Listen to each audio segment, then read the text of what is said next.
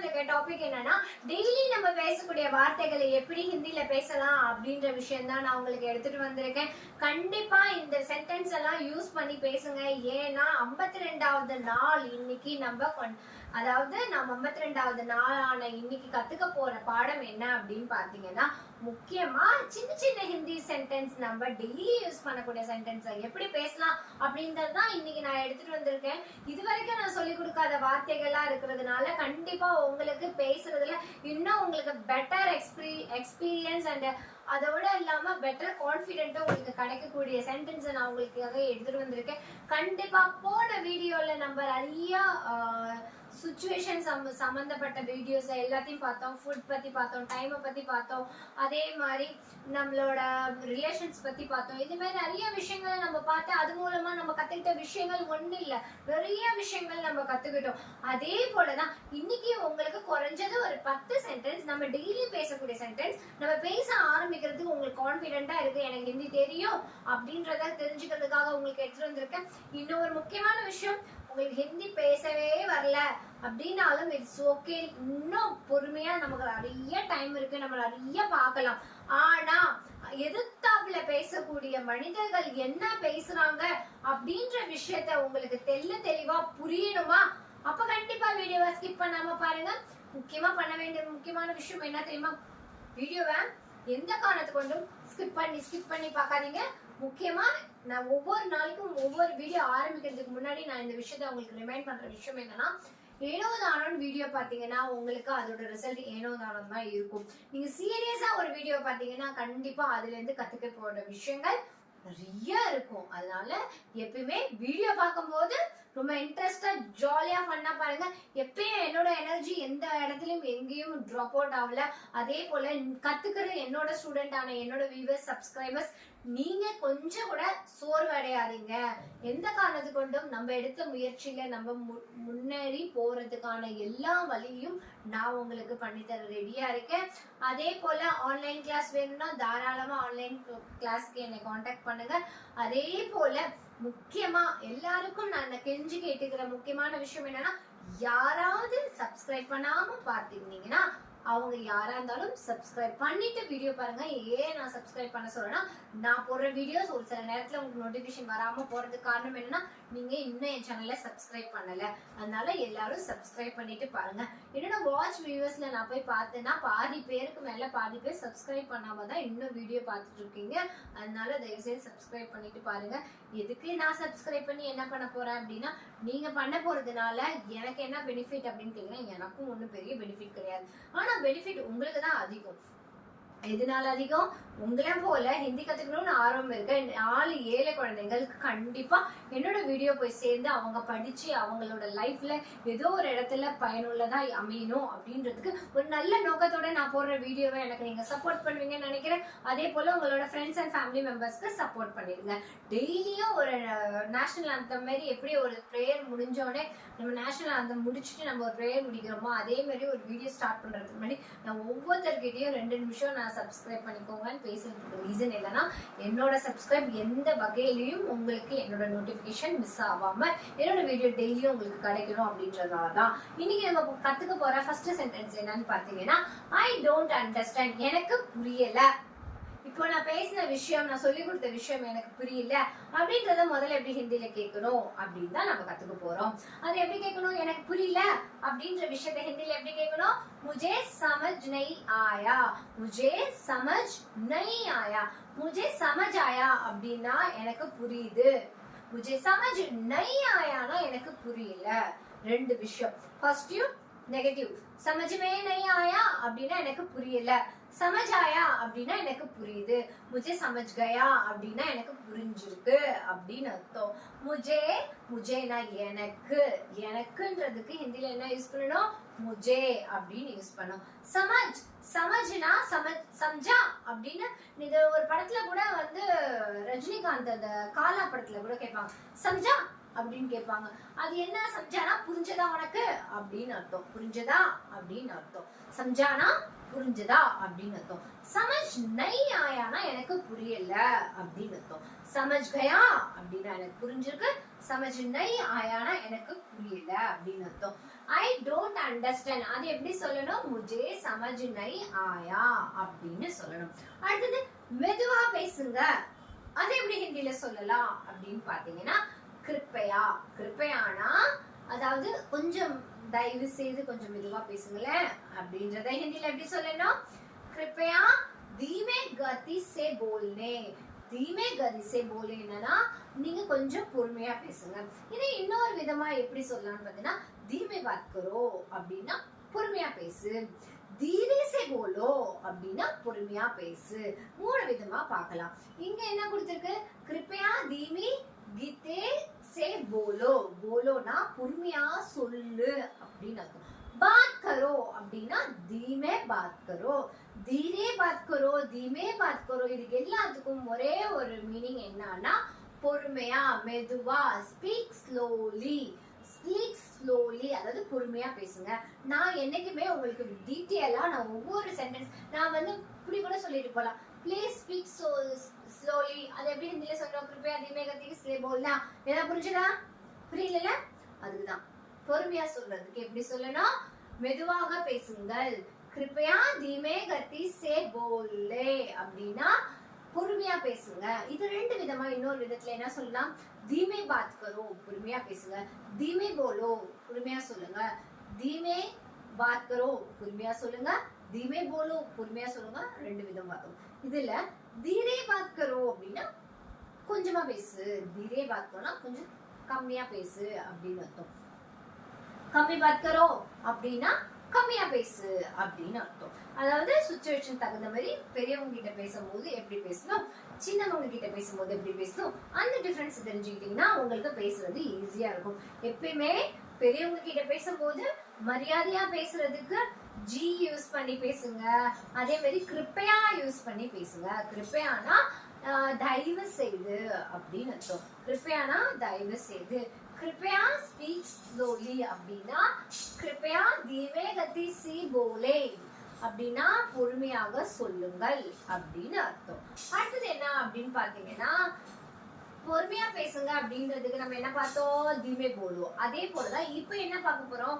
தயவு செய்து மீண்டும் சொல்லுங்கள். இப்ப நான் சொன்ன சென்டென்ஸ் திரும்பி சொல்லணும் அப்படின்றத ஹிந்தில எப்படி சொல்லணும் அப்படின்னு பாத்தீங்கன்னா கிருப்பையா இஸ் பர் से कहाना.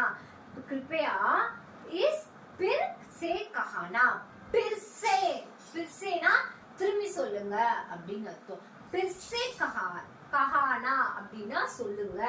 कृपया इस फिर से कहाना. इस फिर से कहाना. फिर से ना फिर से बोलो அப்படின்னு சொல்றது சின்ன குழந்தைங்க கிட்ட சொல்லணும். கஹானா இது வந்து ஒரு formal sentence. Informal sentence, formal sentence. இது ரெண்டுத்துக்கும் டிஃபரெண்ட் நான் ஸ்டார்டிங் கிளாஸ்ல இருந்தே சொல்லி கொடுத்துறேன். ஃபார்மல்னா எப்படி பேசணும், இன்ஃபார்மல்னா எப்படி பேசணும் அப்படின்னு. ஏன் இந்த டிஃபரன்ஷியேட் உங்களுக்கு நான் சொல்லி கொடுக்குறேன் அப்படின்னா இப்போ வந்து ஹிந்தி தெரியாதவங்க தமிழ் தெரியாதவங்க நம்ம கிட்ட வந்து தமிழ் பேசும்போது ஒரு நார்த் இந்தியன் அவங்க வந்து பேசக்கூடிய ஸ்லோ அதாவது ப்ரொனன்சியேஷன் நம்மள ஒரு சில நேரத்துல ஓகே அவங்களுக்கு தெரியாம பேசுறாங்க அப்படின்ட்டு ஒரு சில பேர் அதை மன்னிச்சு ஓகேன்னு விட்டுட்டு போயிடுவோம். இன்னும் ஒரு சில பேர் பாரு எப்படி பேசுறாங்க கொஞ்சம் கூட மரியாதை நாகரிகம் தெரியாதவங்க அப்படின்ட்டு லாங்குவேஜ் தெரியாதவங்கள குறைச்சி எடை போடும். எந்த சூழ்நிலையிலும் என்னோட ஸ்டூடெண்ட் எந்த இடத்துலயும் நீங்க பேசும்போது குறைச்சி எடை போடக்கூடாது. நீ யார்கிட்ட இருந்து கத்துட்டு வந்த அப்படின்னு நம்மள பெருமையா பேசணுமே தவிர நீ யார்கிட்ட இருந்து கத்துட்டு வந்த இப்படி மரியாதை குறைவா பேசுறியே அப்படின்னு யாரும் உங்களை தவறா பேசிடக்கூடாது. அந்த நோக்கத்துலதான் நான் உங்களுக்கு ஒவ்வொருத்தரையும் நான் சொல்லி கொடுக்கும் போதே ஒரு சென்டென்ஸ்க்கும் ஃபார்மல் இன்ஃபார்மல் இது 2 விஷயத்தையும் நான் எக்ஸ்பிளைன் பண்றதுக்கு ரீசன் என்னன்னா ஒண்ணுமே கிடையாது. சிம்பிள். இந்த பேசிக் புரிஞ்சுக்கோங்க. குழந்தைங்க கிட்ட பேசும்போது எப்படி பேசணும், முடிஞ்ச அளவு எல்லார்கிட்டையும் மரியாதையா பேச கத்துக்கிறதுக்கான விஷயத்தை தான் நான் உங்களுக்கு ரிப்பீட்டடா நான் சொல்லி தரதுக்கான மீனிங். எந்த இடத்துலயும் என்னோட சப்ஸ்கிரைப் ஆன நீங்க எந்த இடத்துலயும் ஹிந்தி பேசும்போது தவறா பேசி அசிங்கப்படக்கூடாது அப்படின்ற விஷயத்த நான் தெளிவா இருக்கேன். அதனால கிருப்பையா இந்த மாதிரி வார்த்தைகளை தயவு செய்து யூஸ் பண்ணி பேசுங்க. தயவு செய்து எனக்கு கொஞ்சம் இதை செஞ்சு கொடுமா அப்படின்னா அந்த விஷயத்த செய்ய பிடிக்காதவங்க கூட அவங்க கேட்கிற விதத்துக்காக சரி ஓகே எனக்கு ஒண்ணு பாவம் இப்படி கேட்கிறாளே அப்படின்னு செஞ்சு கொடுக்க ஒரு மனப்பக்குவம் மாறும்ல. அதே போலதான் நம்ம பேசுற விதத்துல நம்மளோட எதிர்த்தாப்புல இருக்கிறவங்களோட கோவ சூழ்நிலை கூட மாறி நம்ம கிட்ட அவங்க செய்யணும்ன்ற குணம் அவங்களுக்கு வரணும். என்னோட தமிழ்லயும் சரி எந்த லாங்குவேஜ்லயும் சரி அடிக்கடி ரெஸ்பெக்ட்ஃபுல்லா யார்கிட்ட குழந்தைகிட்ட கூட ரெஸ்பெக்ட்ஃபுல்லா சொல்லிப்பாங்களே அந்த விஷயம் பிடிவாதம் பிடிக்காம டான் பண்ணுவாங்க. எப்பயுமே நம்ம பேசக்கூடிய வார்த்தைகள்ல ரெஸ்பெக்ட்ஃபுல், யார் வயசு வித்தியாசம் இல்லாம அனைவருக்கும் ஈக்குவல் ரெஸ்பான்சிபிலிட்டி கொடுங்க. அது உங்களோட பணக்காரவங்க ஏழை அந்த வித்தியாசம்லாம் பார்க்காதீங்க. மனிதர்கள் மனிதன் அப்படின்னு அவன் எந்த இந்த உலகத்துல ஏதோ ஒரு நோக்கத்துக்காக படைக்கப்பட்ட ஒரு மனிதனை ஈக்குவலா சமாளிக்க பழகுங்க. அதாவது ஈக்குவலா பேலன்ஸ் பண்ண ஆரம்பிங்க. இவனுக்கு மரியாதை கொடுக்கணும், இவன் ஒரு ஆளு அப்படின்னு நம்ம யாருமே மதிச்சு குறைச்சி எடை போட்டு பேசிடாதீங்க. எல்லாருக்கும் ஈக்குவல் ரெஸ்பான்சிபிலிட்டி ஸ்பீச்ல நீங்க எப்பயுமே கொடுத்து பாருங்க. அதாவது உங்களை பத்தி அவங்க நல்ல விதமா நினைக்கணும். இப்போ உங்களுக்கு அவங்கள பிடிக்கவே பிடிக்காது, எனக்கு அவங்க கூட பேசவே விருப்பம் இல்லை அப்படின்ற மனிதர்கள் கூட என்ன அப்படின்னு நீங்க பேசி பாருங்களேன். உங்களை பத்தி அவங்களோட எண்ணம் என்ன இருக்கும் யோசிச்சு பாத்தீங்களா? தவறா இருக்கும்ல. அதனாலதான் எப்பயுமே நமக்கு பிடித்தவங்களும் பிடிக்காதவங்களும் அவங்க நம்மளோட கீழே இருக்கிறாங்களா மேல இருக்காங்களா அந்த வித்தியாசம் எல்லாம் பார்க்காதீங்க. எல்லார்கிட்டையும் அன்பா சிரிச்ச முகத்தோட பேசுறதுக்கு ஒவ்வொரு லாங்குவேஜ்லயும் முக்கியமா கத்துக்க வேண்டிய விஷயம் நம்மளோட personal body and face expression. that is very very very important. அதனால ஒருத்தவங்க கிட்ட பேசும்போது எப்பயுமே ஸ்மைலி ஃபேஸோட என்ன சிச்சுவேஷன் இருந்தாலும் ஒரு சின்ன ஸ்மைல் கொடுத்து நீங்க பேசிப்பாங்க. அந்த இடத்துல சூழ்நிலைகளே மாறக்கூடிய ஆப்பர்ச்சுனிட்டிஸ் உங்களுக்கு மாறும். உங்களோட பயம், உங்களோட கோபம், இந்த மாதிரி நெகட்டிவ் எனர்ஜி இருக்கிற விஷயங்கள் உங்க ஃபேஸ்ல நீங்க எக்ஸ்ப்ரோஸ் பண்ணீங்கன்னா கண்டிப்பா ஆப்போசிட்ல இருந்து வரக்கூடிய பதிலும் நமக்கு தவறாதான் வரும். நம்மளோட நினைத்து போற காரியம் நமக்கு தடைப்படும். அதனால எப்பயுமே பேசும்போது நான் இம்பார்ட்டன்ஸ் கொடுக்க வேண்டிய பாயிண்ட் என்னன்னா, நான் சொல்லி தரும்போது என் ஸ்டூடெண்ட்க்கு மரியாதை குறைந்த விஷயங்களை சொல்லி தர மாட்டேன். ஒரு சென்டென்ஸ் கத்துக்கிட்டாலும் அது மரியாதையா எப்படி பேசணும் அப்படின்ற விஷயத்துல தெளிவா இருக்கனால்தான் இந்த கிருப்பையான்ற வேர்டை இன்னைக்கு நான் உங்களுக்கு சொல்லித்தரேன். கிருப்பையானா நத்திங், அது ஒன்றும் பெரிய வித்தியாசம் இல்லை. கிருப்பையானா தயவு செய்து அப்படின்னு அர்த்தம். கிருப்பையா இஸ் பர் சே கஹானா அப்படின்னா பிர்சேனா திரும்பி சொல்லு அப்படின்னு அர்த்தம். கிருப்பையா இஸ் பிர்சே கஹானா அப்படின்னா திருப்பி சொல்லு அப்படின்னு அர்த்தம். சரி ஓகே, இது எவ்வளவு அப்படின்னு கேக்குறதுக்கு எப்படி கேட்கணும்? ஏ இதுனா ஏ அப்படின்னு அர்த்தம் ஹிந்தில. கித்தனா ஹே, கித்தனா ஹேனா எவ்வளவு ரூபாய். இதை நான் லாஸ்ட் கிளாஸ்ல நான் சொல்லி கொடுத்தேன். இதை நான் திருப்பி எடுத்துட்டு வந்திருக்கேன் அப்படின்னா இதை கித்தனா ஹேன்னு நான் ஒரு சென்டென்ஸ் சொல்லி கொடுத்தேன். இது எத்தனை விஷயம் அப்படின்ற விஷயத்த எனக்கு ஒரு சப்ஸ்கிரைபர் டவுட் கேட்டிருந்தாங்க. அவங்களுக்காக இதை நான் எடுத்துட்டு வந்திருக்கேன். அதாவது ஒரு சென்டென்ஸை ஃபுல்லா பேசணும் அப்படின்னா ஏ கித்தனா ஹே அப்படின்னு கேக்குற விதம் கரெக்ட்.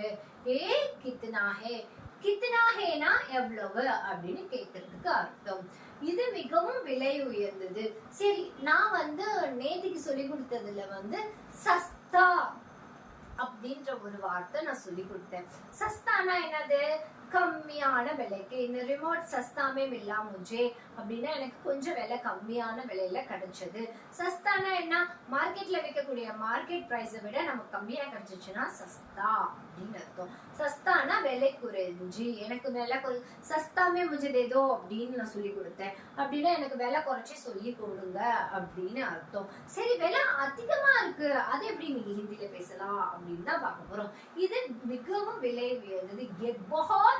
மெஹங்கா ஹே, மெஹங்கா ஹே அப்படின்னா ரொம்ப விலை உயர்ந்ததா இருக்கு. சஸ்தா மெஹங்கா, சஸ்தா மெஹங்கா.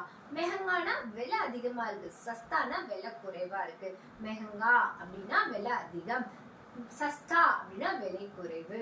மெஹங்கா ஹே, ஏ बहुत महंगा है, बहुतना என்னது அதிகமா அதிகமா बहुत महंगा है ये चीज मैं ला नहीं सकते அப்படின்னா இந்த பொருள் ரொம்ப விலை அதிகமா இருக்கனால வாங்க முடியாது அப்படின்னு அர்த்தம்.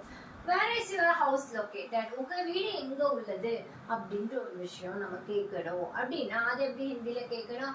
आपका घर कहाँ है? இந்த कहाँ है அப்படின்ற வேர்டு நான் WH கொஸ்டின்ல ஏற்கனவே சொல்லி கொடுத்தேன். அதை நம்ம டீடைலா எங்க யூஸ் பண்ணணும் அப்படின்றதுக்காக நான் இன்னைக்கு சொல்லி கொடுத்த வார்த்தைகளோட மீனிங் என்னன்னு பாத்தீங்கன்னா உங்கள் வீடு எங்க உள்ளது அப்படின்றத ஹிந்தில எப்படி கேட்கணும்? आपका ஆப்கானா உங்கள் உங்களுடைய அப்படின்னு அர்த்தம். ஆப்கானா ஆப்னா உங்க, ஆப்கானா உங்களுடைய, கர் கர்னா வீடு, எங்க எங்குனா கஹா. ஹே क्वेश्चनக்கு நான் எப்பயுமே என்ன யூஸ் பண்ண சொல்லிருக்கேன்? ஹே கஹா ஹே அப்படின்னு யூஸ் பண்ணிருக்கேன். மேரா கர் இதர் ஹூ அப்படின்னா இங்கதான் இருக்கு அப்படின்றது, இருக்குன்றதுக்கு என்ன சொல்லணும்? ஹூ யூஸ் பண்ணணும். ஹேக்கு கேள்வியில எப்பவுமே கேள்விக்கு வரக்கூடிய வார்த்தைகளுக்கு ஹே யூஸ் பண்ணணும், பதில் வரக்கூடிய வார்த்தைக்கு ஹூ யூஸ் பண்ணணும். आपका घर कहाँ है? आपका घर कहाँ है? இப்போ உங்க வீடு எங்க இருக்குன்றத யார்கிட்ட இருந்தாலும் நீங்க தைரியமா ஹிந்தில எப்படி கேட்பீங்க? आपका घर कहाँ है? आपका घर कहाँ है? Where is your house located? உங்க வீடு எங்க இருக்கு? आपका घर कहाँ है? அடுத்தது நான் இங்கே வேலை செய்கிறேன், நான் இந்த இடத்துல தான் வேலை செய்றேன் அப்படின்னு இந்த இடத்துல பதில் வந்தனால who யூஸ் பண்ணணும். who யூஸ் பண்ணி எப்படி இந்த சென்டென்ஸை முடிக்கிறது அப்படின்னு பார்ப்போம். मैं यहाँ काम कर रहा हूँ. I am working here. मैं यहाँ यहाना இங்க, वहाना அங்க. मैं यहाँ काम कर रहा हूँ. நான் இங்க தான் வேலை பார்க்கறேன். यहाँ அப்படின்னா இங்க, वहाँ நான் அங்க வேலை பார்க்கறேன் அப்படின்றத எப்படி சொல்லணும்? मैं वहाँ काम कर रहा है அப்படின்னா நான் அந்த இடத்துல வேலை பார்க்கறேன். मैं यहाँ काम कर रहा हूँ அப்படின்னா நான் இங்க வேலை பார்க்கறேன். मैं यहाँ काम कर रहा हूँ. मैं वहाँ काम कर रहा हूँ. நான் அங்க வேலை பார்க்கறேன், நான் இங்க வேலை பார்க்கறேன் அப்படின்னு இந்த டீடைல்ல உங்களோட ஒர்க்கிங் பிளேஸோட ஸ்பாட்ஸ் யூஸ் பண்ணணும் அப்படின்னா நீங்க அதுக்கேற்ற மாதிரி நீங்க ஆட் பண்ணி யூஸ் பண்ணிக்கலாம். मैं यहाँ गणपति नगर में काम कर रहा हूँ அப்படின்னா நான் இங்க இருக்கிற கணபதி நகர்ல கிட்ட தான் வேலை பார்க்கறேன் அப்படின்னு அர்த்தம். मैं यहाँ TVS कंपनी में काम कर रहा हूँ அப்படின்னா நான் இங்க இருக்கிற TVS कंपनीல தான் வேலை பார்க்கறேன். मैं यहाँ वर्लपूल कंपनी में काम कर रहा हूँ அப்படின்னா நான் இங்க இருக்க वर्लपूल कंपनीல தான் வேலை பார்க்கறேன் அப்படின்னு அர்த்தம். நீங்க பேசும்போது உங்களோட சமயத்துக்கு ஏத்த மாதிரி நீங்க சென்டென்ஸை யூஸ் பண்ணிக்கலாம். मैं यहाँ काम कर रहा हूँ. திரும்பி சொல்லி பாருங்க. நான் இங்கே வேலை செய்கிறேன். मैं यहाँ काम कर रहा हूँ அப்படின்னு. எங்க போறீங்க அப்படின்ற விஷயத்தை எப்படி ஹிந்தில சொல்லலாம் அப்படின்னு பாத்தீங்கன்னா where are you going இந்த விஷயத்தை आप कहाँ जा रहा है. हे இந்த ஹே வரது கேள்விக்கு வரக்கூடிய எல்லா வார்த்தைக்கும் ஹேன்னு யூஸ் பண்ணணும். आप कहाँ जा रहा है எங்க போறீங்க, जा रहा है அப்படின்னு யூஸ் பண்ணணும்.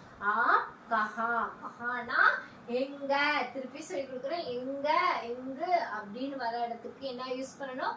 कहाँ. आप कहाँ जा रहा है அதுக்கு பதில் என்ன சொல்லணும்?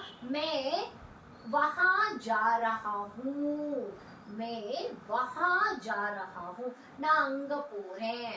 मैं वहाँ जा रहा हूँ அப்படின்னு சொல்லணும். मैं यहाँ जा रहा है அப்படின்றது எங்க யூஸ் பண்ணணும்?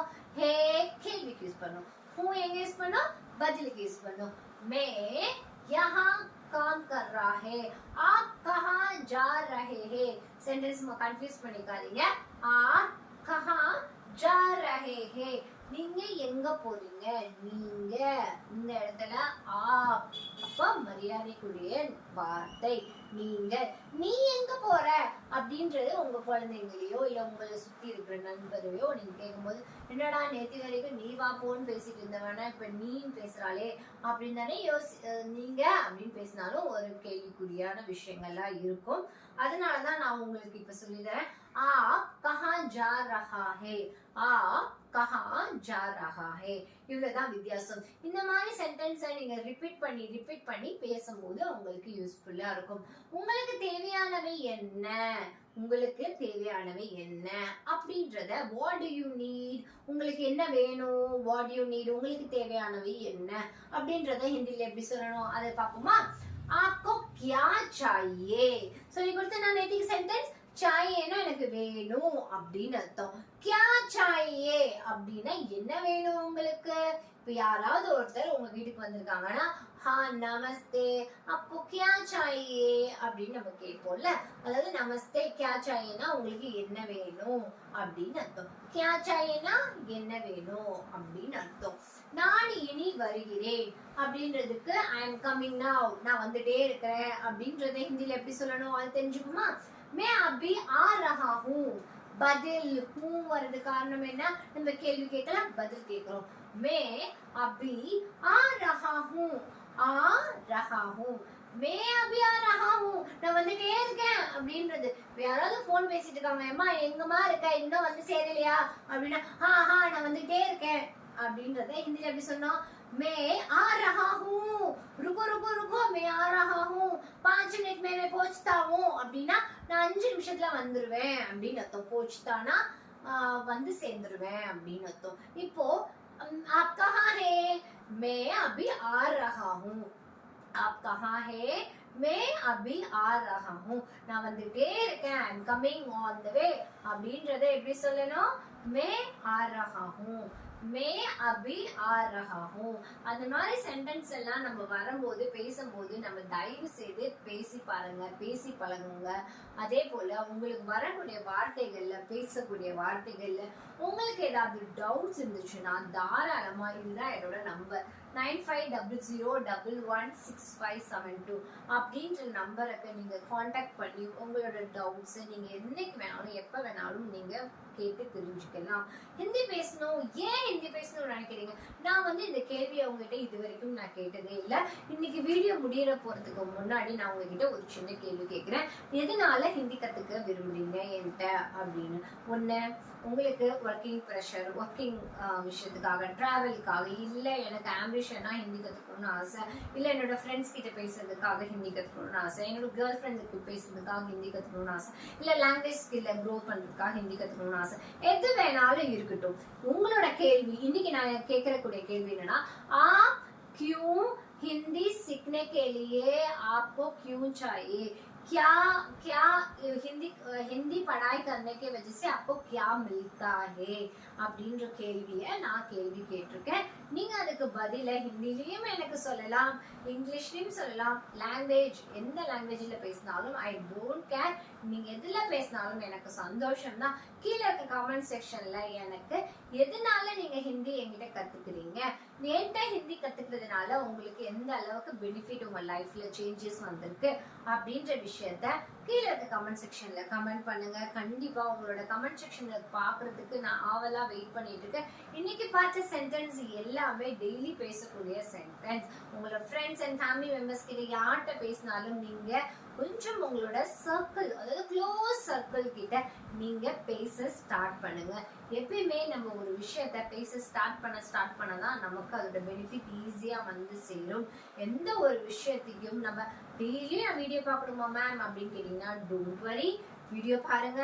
நீங்க வீடியோ பாக்குறதுனால என்ன தெரிஞ்சுப்பீங்க, ஒரு நாளைக்கு அட்லீஸ்ட் 10 சென்டென்ஸ் ஆகுது நீங்க கத்துக்கிட்டு போவீங்க, இல்ல 10 வெக்காபுலரிஸ் ஆகுது கத்துட்டு போவீங்க. இதனால உங்களுக்கு என்ன பெனிஃபிட், 365 நாள்ல 3650 வார்த்தைகள் நீங்க கத்துக்கிறீங்க, வெக்காபுலரிஸ் கத்துக்கிறீங்க. அதனால உங்களுக்கு ஹிந்தி பேச தெரியலன்னு யாராவது வெளியில சொல்லுவாங்களா. இன்னொரு முக்கியமான விஷயம், ஹிந்தி இது நாள் வரைக்கும் 54, 55 அப்படின்னு நம்மளோட கிளாஸ் நம்பர் போயிட்டே இருக்கிறோம். ஆனா இது வரைக்கும் என் வீடியோ பார்த்துட்டு ஹிந்தி நீங்க பேச ஸ்டார்ட் பண்ணிருக்கீங்களான்னு எனக்கு தெரியாது. பண்ணிட்டீங்கன்னா எனக்கு அதையும் கமெண்ட் செக்ஷன்ல பண்ணுங்க. சப்போஸ் நான் பண்ணல அப்படின்னு நினைச்சாலும் டோன்ட் வரி, தைரியமா எனக்கு பதில் சொல்லுங்க. ஹிந்தி புரிய ஆரம்பிக்குது இல்ல, அதுதான் மேட்டர். ஹிந்தி எப்ப நமக்கு புரிய ஆரம்பிக்குதோ பேசுறது தானா வந்துடும். அண்டர்ஸ்டாண்ட் பண்ண கத்துக்கோங்க. நோட் பென் எடுத்து வச்சுட்டு அதாவது போயம் எழுதுற மாதிரி, நீங்க போயட்ரி எழுதுற மாதிரி உட்காந்து ஒவ்வொரு தடவையும் சென்டென்ஸை 5 டைம்ஸ் 10 டைம்ஸ் எழுதி பார்க்காதீங்க. ப்ராக்டிஸ் பண்ணுங்க, நிறைய கேளுங்க, ஹிந்தி மூவிஸ் நிறைய பாருங்க, ஹிந்தி நியூஸ் சேனல் பாருங்க. உங்களுக்கு அதெல்லாம் பார்க்க டைம்லனா என்னோட வீடியோஸே நீங்க ரிப்பீட்டடா நிறைய வீடியோஸ் நான் போட்டிருக்கேன். இது வரைக்கும் 53 வீடியோஸ் நான் உங்களுக்காக போட்டிருக்கேன் ஹிந்தி சம்மந்தப்பட்டது. அதுலேருந்து உங்களுக்கு செலக்டடா இந்த வீடியோ அந்த வீடியோன்னு நீங்க எது வேணாலும் எடுத்து பார்க்கலாம். நான் அதில் டே மென்ஷன் பண்ணியிருப்பேன், அதனால டோன்ட் வரி, உங்களுக்கு பார்க்குறதுல உங்களுக்கு யூஸ்ஃபுல்லாக இருக்கும். ஓகே ஃப்ரெண்ட்ஸ், இன்னைக்கு நம்ம பார்த்த வீடியோ, இன்னைக்கு நம்ம கற்றுக்கிட்ட வார்த்தைகள் எல்லாமே உங்களுக்கு பிரயோஜனமா அமைஞ்சிருக்கும். நான் கேட்ட கேள்வி, எதனால என்கிட்ட ஹிந்தி கத்துக்கிறீங்க அப்படின்ற விஷயத்த எனக்கு நீங்க கமெண்ட் செக்ஷன்ல கமெண்ட் பண்ணுவீங்க நம்புறேன். எதனால இந்த கேள்வியை நான் கேட்கிறேன் அப்படின்னு முதல்ல நீங்க கொஸ்டினை புரிஞ்சுக்கணும். எது கேட்கிறேன் அப்படின்னு பாத்தீங்கன்னா, நான் தெளிவா புரிஞ்சுப்பேன், இதனாலதான் அவங்க ஹிந்தி கத்துறானா அதுக்கு ரிலேட்டடா இருக்கக்கூடிய வீடியோஸ் நான் எடுத்துட்டு வந்து போடுறதுக்கு எனக்கு யூஸ்ஃபுல்லா இருக்கும். ஸோ ஓகே ஃப்ரெண்ட்ஸ், நாளைக்கு உங்களை மீட் பண்றேன். until bye bye, take care.